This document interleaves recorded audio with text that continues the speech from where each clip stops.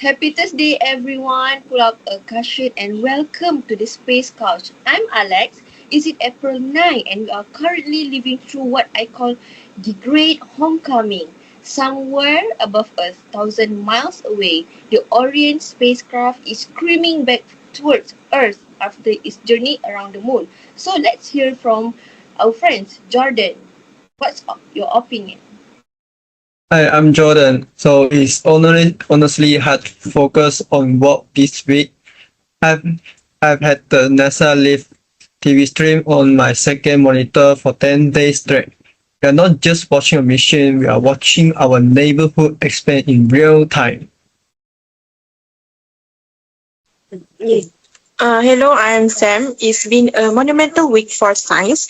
We have finally seen the transition from years of theoretical math and dry lab simulation into the messy, shaking, and very real reality of human space flight. Okay, that's exactly what we are digging into today. So we've been observing the NASA briefing since the countdown began in the late March. We've been picked three specific moments: the final countdown status, the post-launch drama, and the deep space check-ins to really analyze how the mission is changing in future. Alright, that's great. Let's kick it off the briefing from March 30.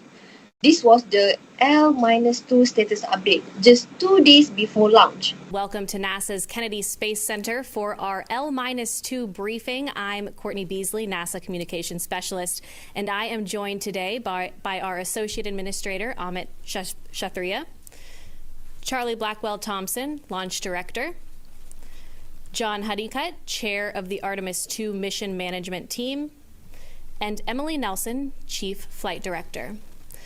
We'll be taking questions shortly from media here in the room and through our phone bridge, but before we get started, we will kick it off with some opening remarks from our panel. Amit. Afternoon. Let's see, we just wrapped up our L-2 Mission Management Team review, and the team pulled go to proceed towards the planned April 1st launch attempt. The MMT walked through the usual readiness items, vehicle status, ground systems, flight hardware, and the integrated launch operations timeline. We also reviewed the most recent engineering assessments, program level preparedness, and any open items from earlier reviews, and particularly the agency FRR. After thoroughly walking through each of these areas, the team concluded that everything continues to look good, and there are no issues preventing us from pressing ahead at this point. As we enter the pre-launch phase, the teams are in a strong posture, and the mission remains on track. Over the last 10 weeks, the agency has prepared a crewed lunar test vehicle for flight and also restructured the program that it belongs to. This was done deliberately. A crew that understands the campaign flies with greater purpose. A workforce that sees the road ahead holds a higher standard. This flight and the future reinforce each other. This is how Apollo worked, and this is how we will work. Through all of it, the signal of truth and rigor came through clean from the teams working on the machine to the decision makers. Nobody lost focus. Nobody cut a corner. The people in this room and in the control rooms and on the pad and at every center across the agency, you are all instrumental. The skills that you carry, the judgment you have built, the knowledge you hold, these are the things that are in the lifeblood of the agency. This mission is going to fly on Wednesday because you are here. As I said, the vehicle's ready, the system is ready, the crew is ready, and behind this flight stands a campaign. Landings, a lunar base, a nuclear propulsion into deep space, that begins, not ends, with what happens on Wednesday evening. I have complete confidence in this team and the NASA workforce. Sam, the vibe in that room was surprisingly quiet. Disciplined confident is how I describe it. Launch director Charlie Blackwell Thompson confirmed that the countdown clock had officially picked up and the teams were ahead of schedule. But intellectually, the biggest takeaway was how they handled the hydrogen green light. Oh, absolutely. Everyone remembers the leak, the Hunter Artemis 1. In this update, they explained that they had completely replaced the seals right there on the pad. So they were seeing the lowest leak rate in the history of the Space Launch System, which called SLS. There's a huge technological win, moving from hoping it works to mastering the hardware. So I I love the of briefing too. The leadership address that the student watching directly, they said that an optimistic vision of the future isn't just a dream. It's really beautiful. That's such a powerful societal shift. It stops being a sci-fi movie and starts being a career path. It tells kids that space science isn't just for genius, it's for builders, welders and engineers. It makes the moon feel like a workplace. Alright. So then come April 1st, lift off 6:35 p.m. is the rocket roared to life with over 8 million pounds of thrust. But the post-launch briefing the night showed us that space is never easy. I know you all talk about it being a test flight. So what would need to happen for the mission to be curtailed in such a fashion? I didn't cover the question. So I think the question had, just confirm, it's kind of hard to hear, but the question is that the commander talked about one of the alternate missions where they maybe would stay in Earth orbit for 3 or 4 or 5 days, Yes. that sort of thing. What would need to happen So for one that of to the occur? one of the scenarios that would have led to that is if for some reason during the launch that the SLS did not quite deliver us to where we needed to be, or the upper stage didn't deliver us to the orbit that we needed to be in. That would have been one of the scenarios. I think that's probably the main scenario that would have ended up in that one of those kind of alternate missions. Yeah. But I don't think we're going to need to worry about that, hopefully. But the other thing is if for some reason we're able to stay, but we're not able to do the TLI burn, we would stay in Earth orbit. So there's a couple of scenarios where that could happen. We're right back here. So Jordan, let's talk about it. I think the comms dropout gave me chills. They told us that about 50 minutes into the flight, during a satellite handover, mission control lost the ability to hear the crew, and also they could send message up, but nothing was coming back down for about few tense minutes. How about Sam? For me, it's a great analytical point. We think of modern tech as perfect, but in the very environment of a launch, even and how are fragile. But the spacecraft handled it, and then there was the space plumbing issue. Wait, the water valve? Exactly, the essence was so violent that the water tank valve entirely shocked itself into the closed position. This is the innovative beauty of a crew mission. If there were a robotic probe, the tank might have stayed closed and useless forever. But because the humans were on board, they were able to troubleshoot and reset the valve manually. It's proof that the most advanced technology on board is still the human's brain's ability to fix problems under pressure. Wow. By April 3rd, the crew was officially 100,000 miles away. They were in the deep black.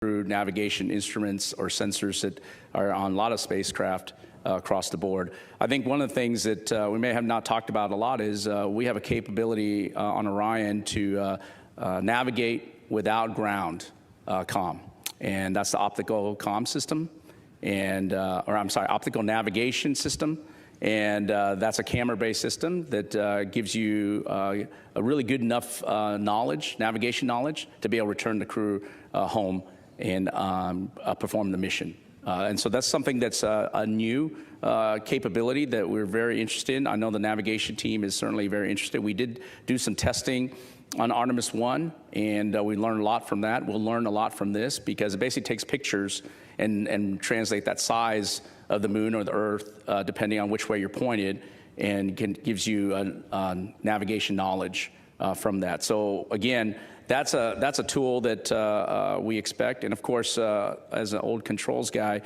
control systems, ability to have good latency or no latency potentially, and ability to fire the jets when you need it, and the combination jets you need them based on your offset center of gravity and where you are in terms of your mass properties are really a great knowledge across the board of understanding. We put a lot of effort into protecting for a lot of dispersions, as Judd's talked about previously. And of course, when we encounter those dispersions, being able to control our spacecraft through them is really important as well. So all that we'll be learning. We will learn a lot, even though we have very good instruments, even though we know we have good control laws, we've implemented algorithms. Every mission is a great learning event, and it's really great to see that the precision of the work we put in is being replicated on orbit. And I would add to that, in addition, as good as the sensors are on Orion, we still have to do ranging of the vehicle to update its state knowledge every once in a while. And so, as a lessons learned from Artemis 1, we have a new suite of tools on the ground that are able to process that ranging data, and also to hopefully, what we're hoping to learn is to back out all of those, minor dispersions from, non-propulsive events that are a little bit propulsive, so that we understand that can characterize all of the error sources of the navigation state. This was the day they shared Commander Red Wiseman photos of Earth. It was backlit by the sun, showing auroras glowing like a thin neon red line, a green line, on the edge of our atmosphere. It was scientifically useful for study atmosphere deep, but emotionally, it was a totally reality check. It was also the day they proved the optical navigation system works. Basically, if their radios dies, the ship's cameras take picture of the moon's craters and the Earth's position. The computer look at those photos and calculates exactly what they are. It's a deep space GPS that doesn't need a single satellite signal. This is a pure innovation. But Sam, tell them about the towels. I still can't get over the towels. Okay, we learned that the crew was literally mopping up water like with towel. The water dispenser was dribbling after the vibration of the launch. Okay. I love that. You have the smartest human in the world in a $1 billion ship doing housework in 0G. It reminds us that no matter how advanced we get, we are still biological creatures that need a dry place to stay. It's so grounding. So, as we look toward the Pacific Ocean splashdown tomorrow, let's wrap up the big picture. What does this week actually mean for the future? From the technological view, the Artemis 2 is the golden blueprint. All the data we saw, the navigation test, the carbon dioxide scrubbing, even the toilet troubleshooting is the foundation for Artemis 3. We are practicing the U-turn now so that next year we can actually park the car on the moon's surface and stay there. Specifically, it is a classroom in the star. We are watching a crew handle radiations and life support in an environment a human haven't touched in 15 years. This mission is the required reading for any future mission to Mars. Societally, the benefit is the overview effect, becoming a shared experience for our generation, and seeing that fragile Earth remind us that space science is actually environmental science. If we can learn to keep 4 people alive in a tiny team, camp for 10 days, we can learn how to better manage the life support system of our own planet.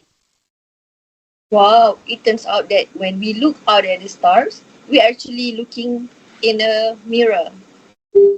I can't wait to see what's in that mirror when they land tomorrow. Well said. That's our week in review. Thanks for hanging out on this space couch. To all of you at home, stay tuned to NASA Live for the splashdown tomorrow. It's going to be like the legendary. Stay curious and keep looking up. Thank you, everyone. Bye. Bye.